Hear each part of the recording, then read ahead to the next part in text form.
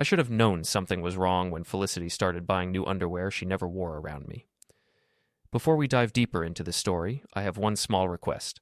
Please subscribe, drop a like, comment, and hit that hype button to boost this channel so more people can discover these incredible Reddit stories.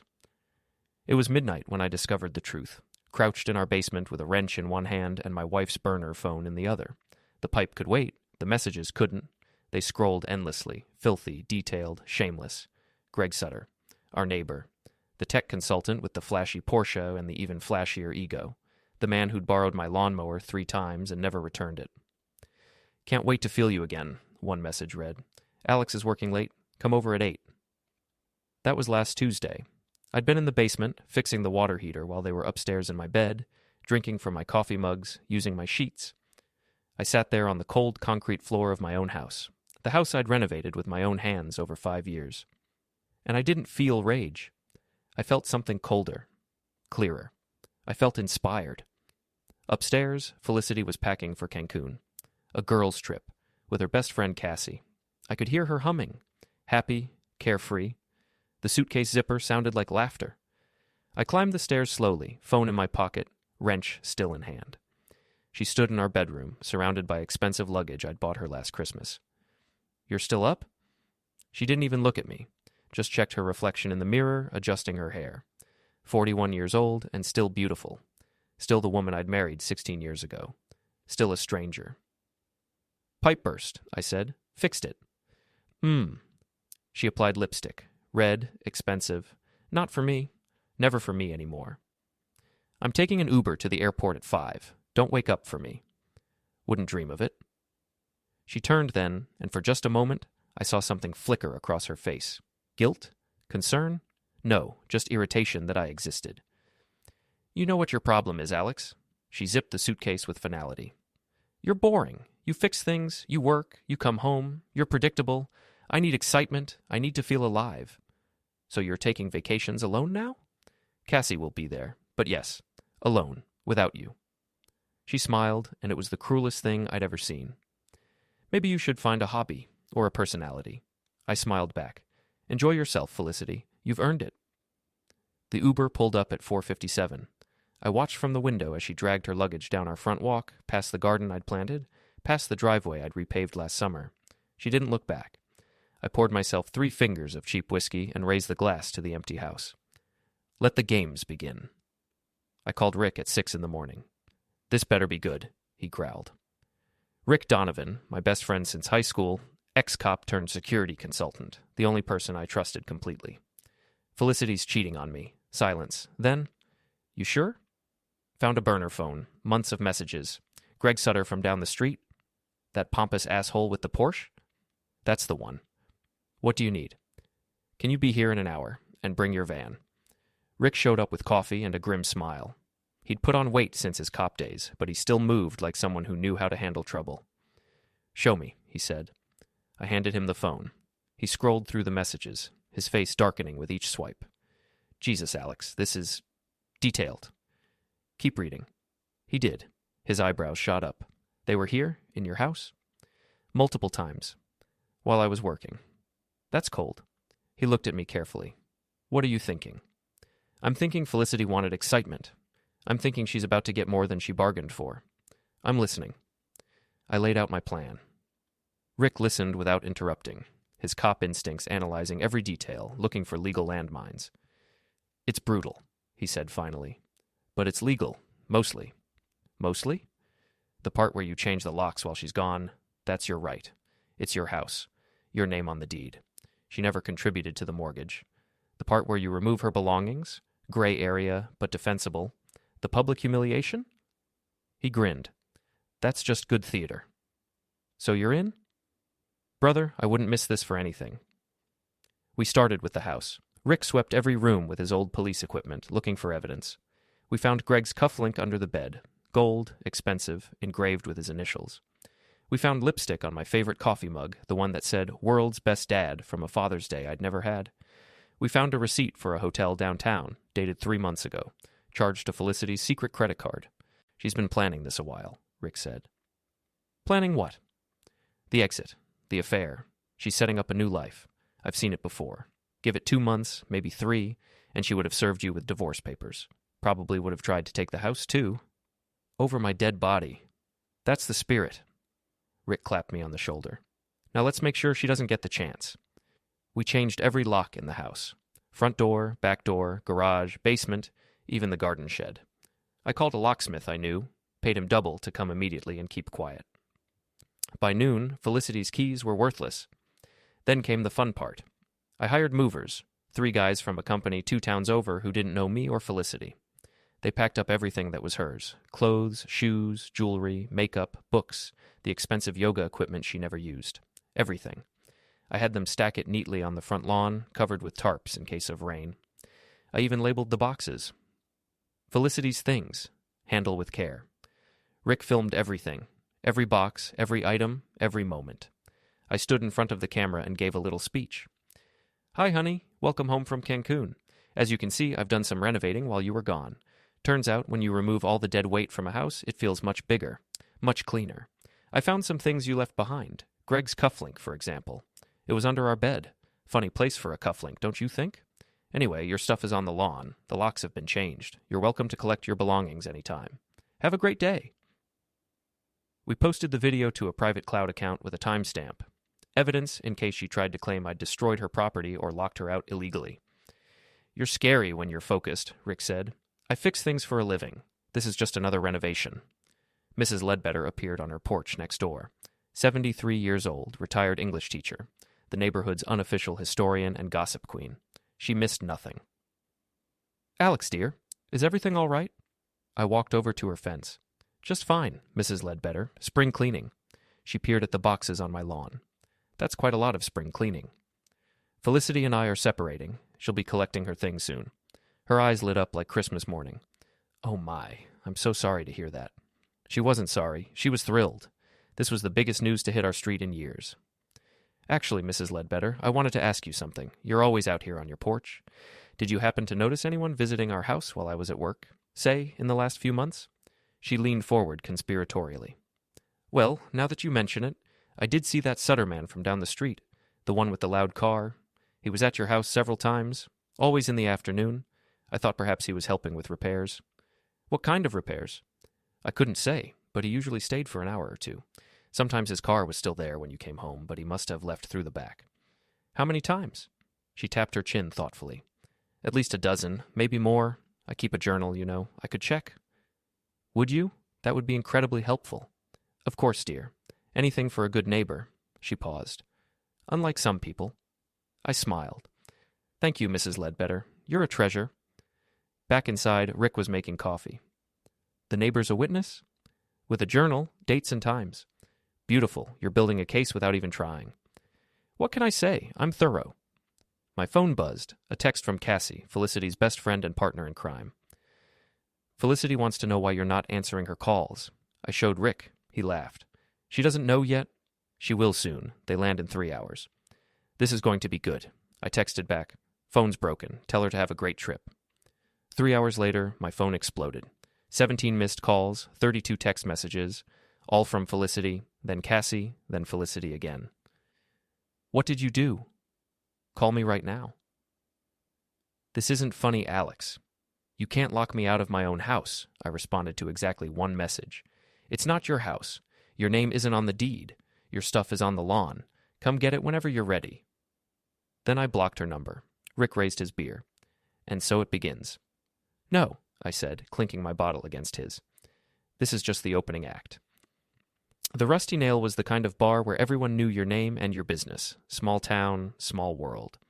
Felix, the bartender, had been pouring drinks there for 20 years. He knew every secret, every affair, every scandal. The walls were covered with local sports memorabilia and faded photographs of people who'd drunk themselves into legend. I walked in on Friday night, 2 days after Felicity's return from Cancun. The place was packed, the usual crowd of locals, plus a few newcomers. I spotted Greg Sutter immediately. He sat at a corner table with 2 other tech bros, laughing too loud, drinking expensive whiskey in a cheap bar.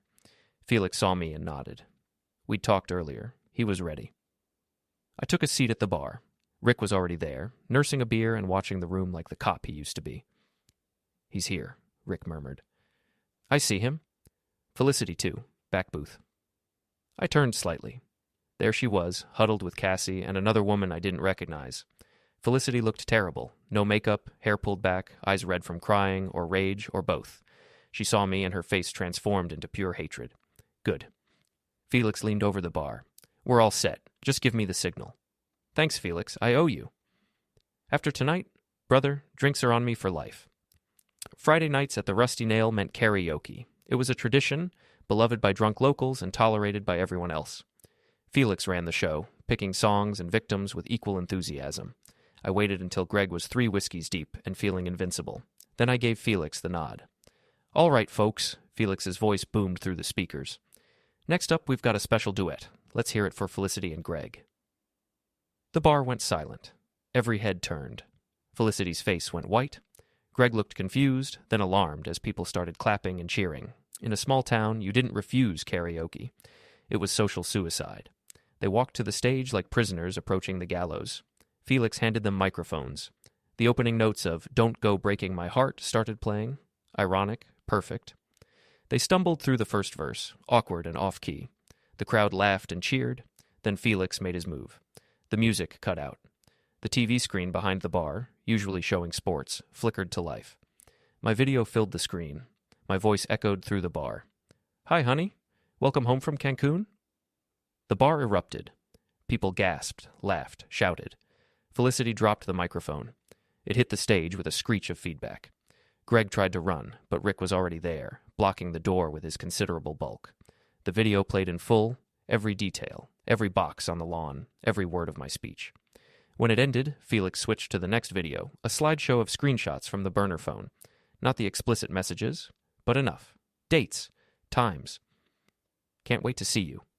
Alex is working late. Your bed or mine? Felicity was screaming now, trying to climb off the stage, but Cassie had grabbed her arm. Greg was shouting something about privacy and lawsuits. Nobody was listening. The bar was in chaos. People filming on their phones, laughing, shouting questions. I stood up and walked toward the stage. The crowd parted like the Red Sea. Hello, Felicity. Greg? I smiled. Enjoying the show? Greg lunged at me. Big mistake. Rick was faster, stepping between us and putting a hand on Greg's chest. I wouldn't, Rick said quietly. Not unless you want me to explain to the police why you assaulted my friend in front of 50 witnesses. Greg stumbled backward, tripping over a chair. He went down hard, landing in a puddle of spilled beer. The bar exploded with laughter. I leaned down, getting close to his face. You borrowed my lawnmower, Greg, 3 times. Never returned it. You also borrowed my wife. I'm keeping both. The laughter doubled. Greg scrambled to his feet, soaked and humiliated, and ran for the door. Rick let him go. Felicity stood on the stage, shaking with rage. You bastard! You absolute bastard! That's Mr. Bastard to you. I turned to the crowd. Drinks on me, everyone. We're celebrating my renovation. The bar cheered. Cassie tried to pull Felicity toward the exit, but Felicity wasn't done. This isn't over, Alex. I'll take everything from you. The house, the money, everything. You're welcome to try. I pulled a folder from my jacket and tossed it on the stage. Papers scattered everywhere. Printouts of every message, every photo, every receipt. But I think the judge might be interested in these. Adultery still matters in divorce court, especially when it's this well documented. Felicity's face crumbled. She grabbed the folder and ran, Cassie trailing behind her. The bar erupted again. Felix handed me a beer. That was the greatest thing I've ever seen. We're not done yet, I said. Rick raised his bottle. What's next? Now we wait. Wounded animals always strike back. They struck back on Sunday night. I was in my workshop, the detached garage I'd converted into a woodworking space, when I heard the crash. I ran outside to find Greg standing next to my truck, a baseball bat in his hands, my windshield shattered into a spider web of cracks. Feel better? I asked. He spun around, bat raised. You ruined my life. No, Greg, you ruined your own life when you decided to sleep with another man's wife. She said you didn't care. She said the marriage was over. And you believed her? I laughed. That's the oldest line in the book. He swung the bat at my headlight. It exploded in a shower of glass and plastic. I lost my job because of you. That video, someone sent it to my boss. Wasn't me, but I'm not surprised. Actions have consequences. I'll kill you. He raised the bat again. No, you won't.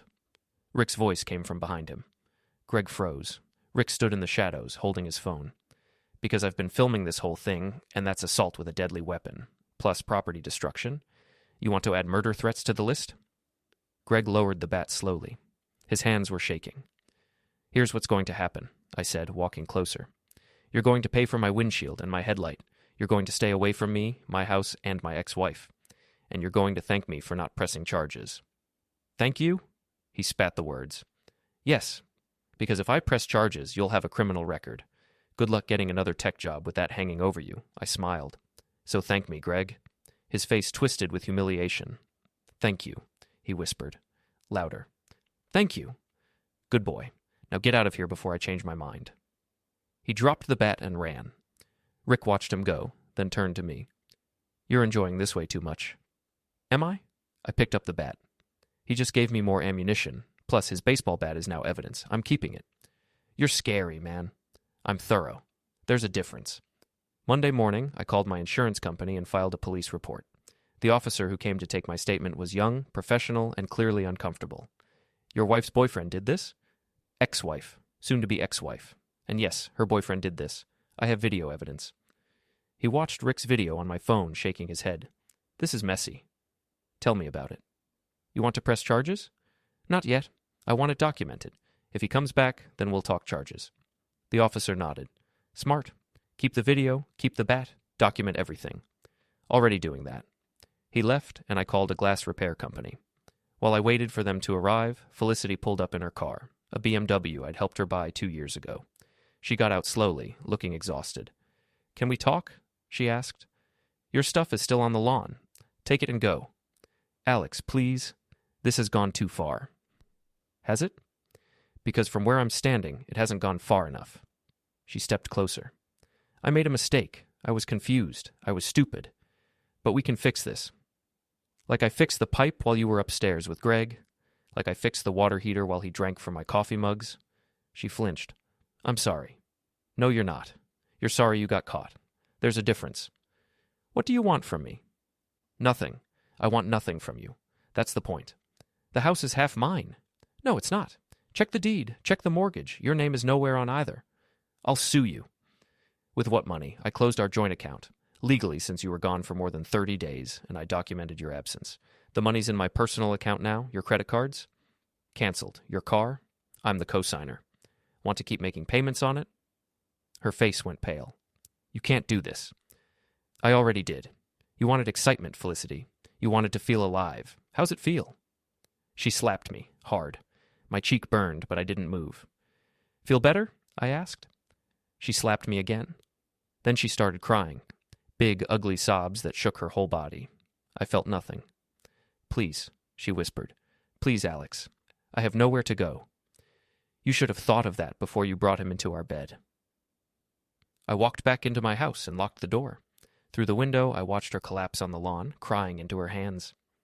Mrs. Ledbetter watched from her porch, writing in her journal. Rick called. You okay? Fine. She tried the apology route. Did it work? What do you think? I think you're ice cold, brother. Respect. It's not over. She'll try something else. What's the next move? We wait, and we prepare for the finale. That night, I couldn't sleep. I lay in bed, in my house, and thought about the last 16 years. The good times before everything turned sour. The laughter, the plans, the dreams we'd shared. When had it all gone wrong? When had Felicity stopped seeing me as a partner and started seeing me as an obstacle? It didn't matter. The woman I'd married was gone, if she'd ever existed at all. What remained was a stranger who'd betrayed me in the worst possible way, in my own home, and then had the audacity to call me boring. My phone buzzed, a text from an unknown number. This is Margot from Felicity's office. We need to talk. Tomorrow. Coffee shop on Main. 10 a.m. Come alone. I showed Rick the message in the morning. It's a trap, he said. Probably, but I'm curious. I'm coming with you. She said, alone. I'll sit at another table. You need backup. Margot was waiting when I arrived. Mid-30s, sharp suit, sharper eyes. She'd been Felicity's office frenemy for years, sometimes allies, sometimes rivals. Thanks for coming, she said. You said we needed to talk. I know what Felicity did. Everyone at the office knows. That video made the rounds. Sorry to hear that. Don't be. She had it coming. Margot sipped her coffee. She's been bragging about Greg for months, about how exciting he was, how much money he had, how much better he was than you. It was nauseating. Why are you telling me this? Because she's planning something. She's meeting with a lawyer this afternoon. She's going to claim you abused her, that you threw her out of the house illegally, that you stole her money. None of that's true. I know, but she's desperate, and desperate people lie. Margot pulled out her phone. I recorded some of her office conversations, her bragging about the affair, her plans to divorce you and take everything. I thought you might want copies. Why would you help me? Because Felicity threw me under the bus last year to get a promotion. Because she's a terrible person who deserves what's coming. And because... She smiled. I believe in karma. Consider me karma's assistant. She sent me the files. Hours of recordings. Felicity's voice, clear and proud, describing her affair in graphic detail. Laughing about how clueless I was. Planning her exit strategy with Cassie. Thank you, I said. Don't thank me. Just make sure she doesn't win. She won't. Margot stood to leave, then paused. One more thing. Greg's wife filed for divorce yesterday. She's taking everything. The house, the car, his savings. He's broke and homeless. Thought you'd want to know? Karma works fast. Doesn't it just? She smiled and walked away. Rick slid into her seat. Well? We just got a nuclear bomb. I showed him the recordings. He listened to 30 seconds and whistled. This is over. With these recordings, no judge will side with her. Good. Because I'm tired of playing defense. It's time to go on offense. What's the plan? Friday night. The Rusty Nail.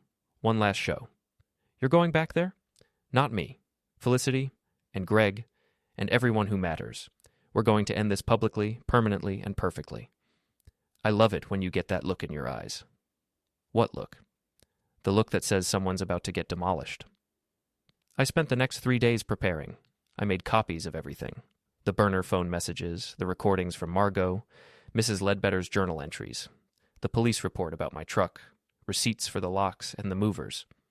I organized it all into a single folder, indexed and tabbed like a legal brief. Rick helped me plan the logistics. Timing, positioning, backup plans. We treated it like a military operation. You're sure about this? He asked Thursday night. I've never been more sure of anything.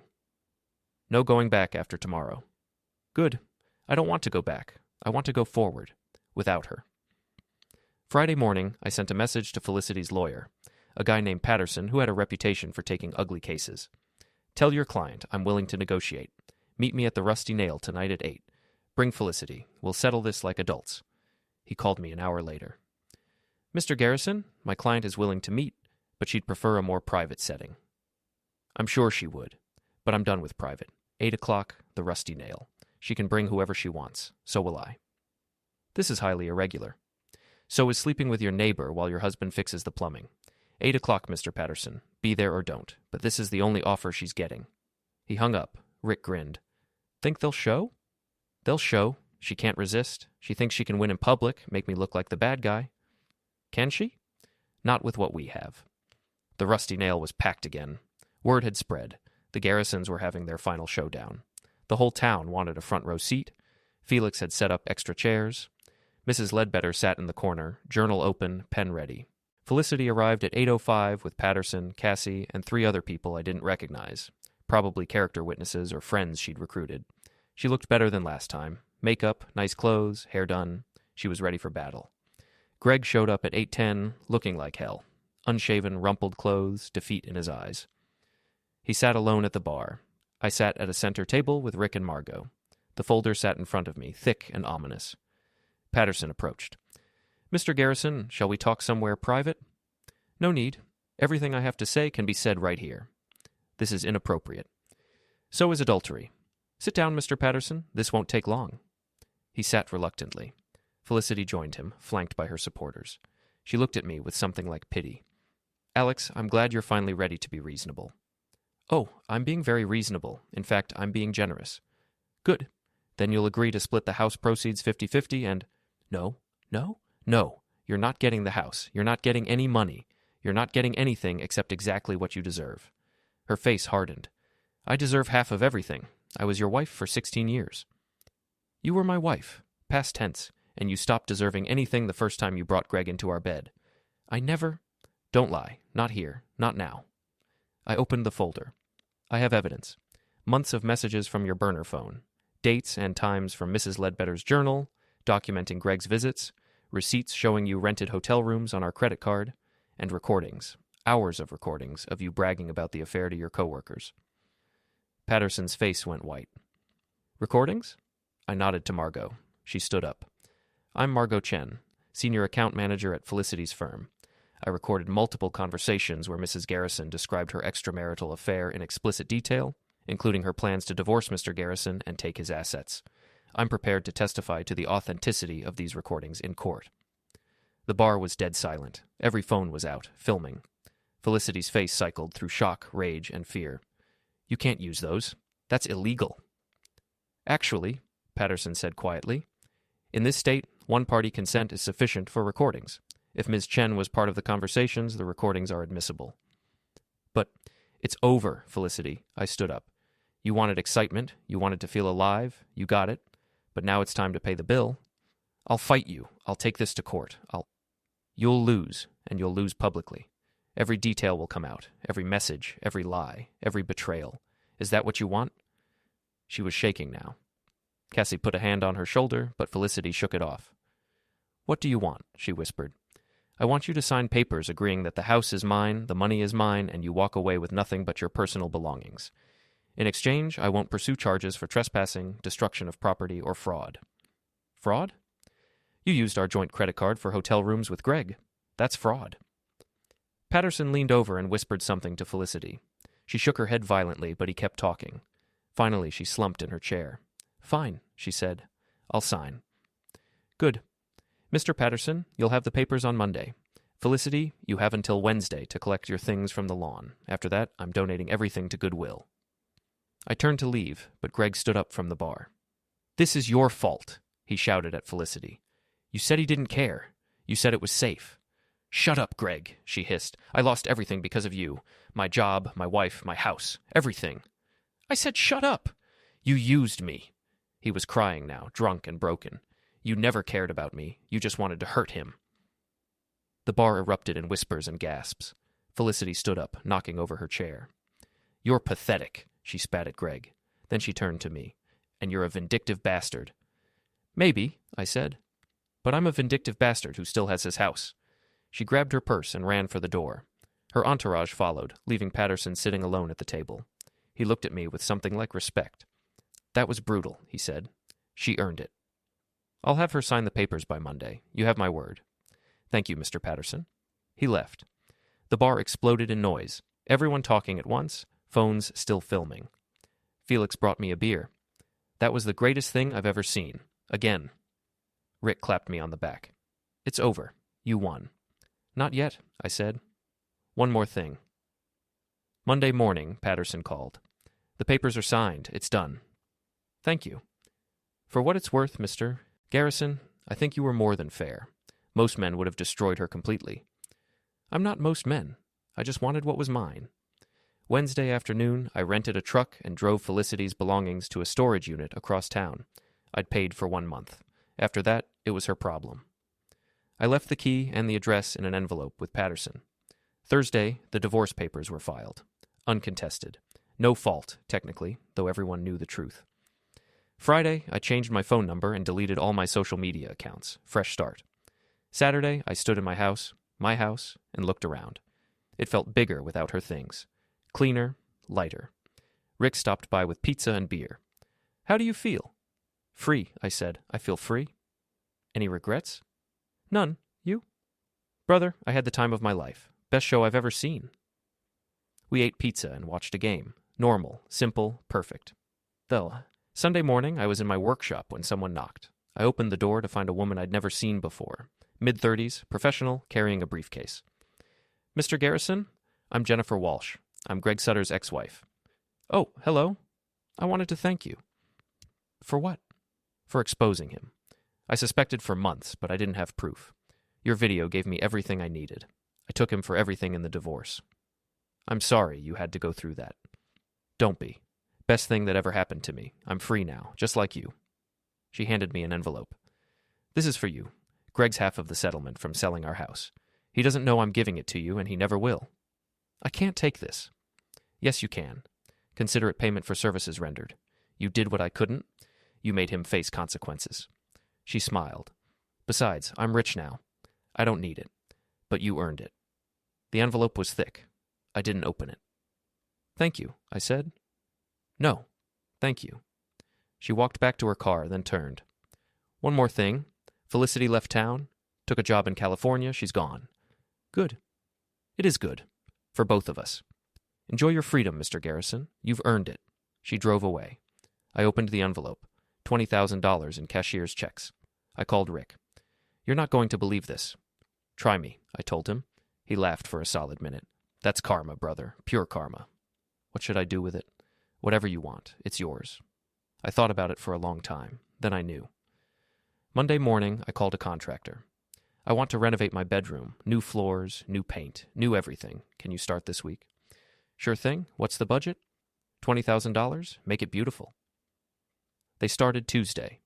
By Friday, the bedroom was transformed. New hardwood floors, fresh paint, new furniture. Nothing from before remained. It was like Felicity had never existed.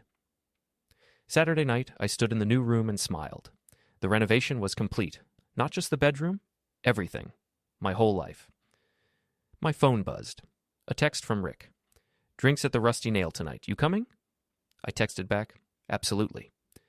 I walked into the Rusty Nail at 8.